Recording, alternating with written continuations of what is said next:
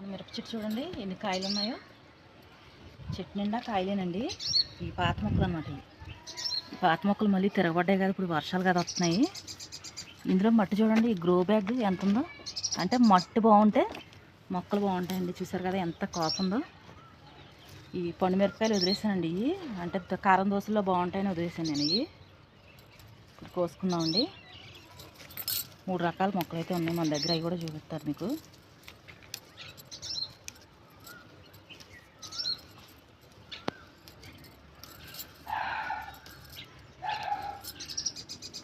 ఈ పూతంతా మళ్ళీ నిలబడుతుందండి. ఈ కోసేసుకుంటాను. ఈ కాయలన్నీ ఎలా వదిలేసామంటే మొక్క డల్ అయిపోతుంది కదా, మనం కోసేసుకుందాం.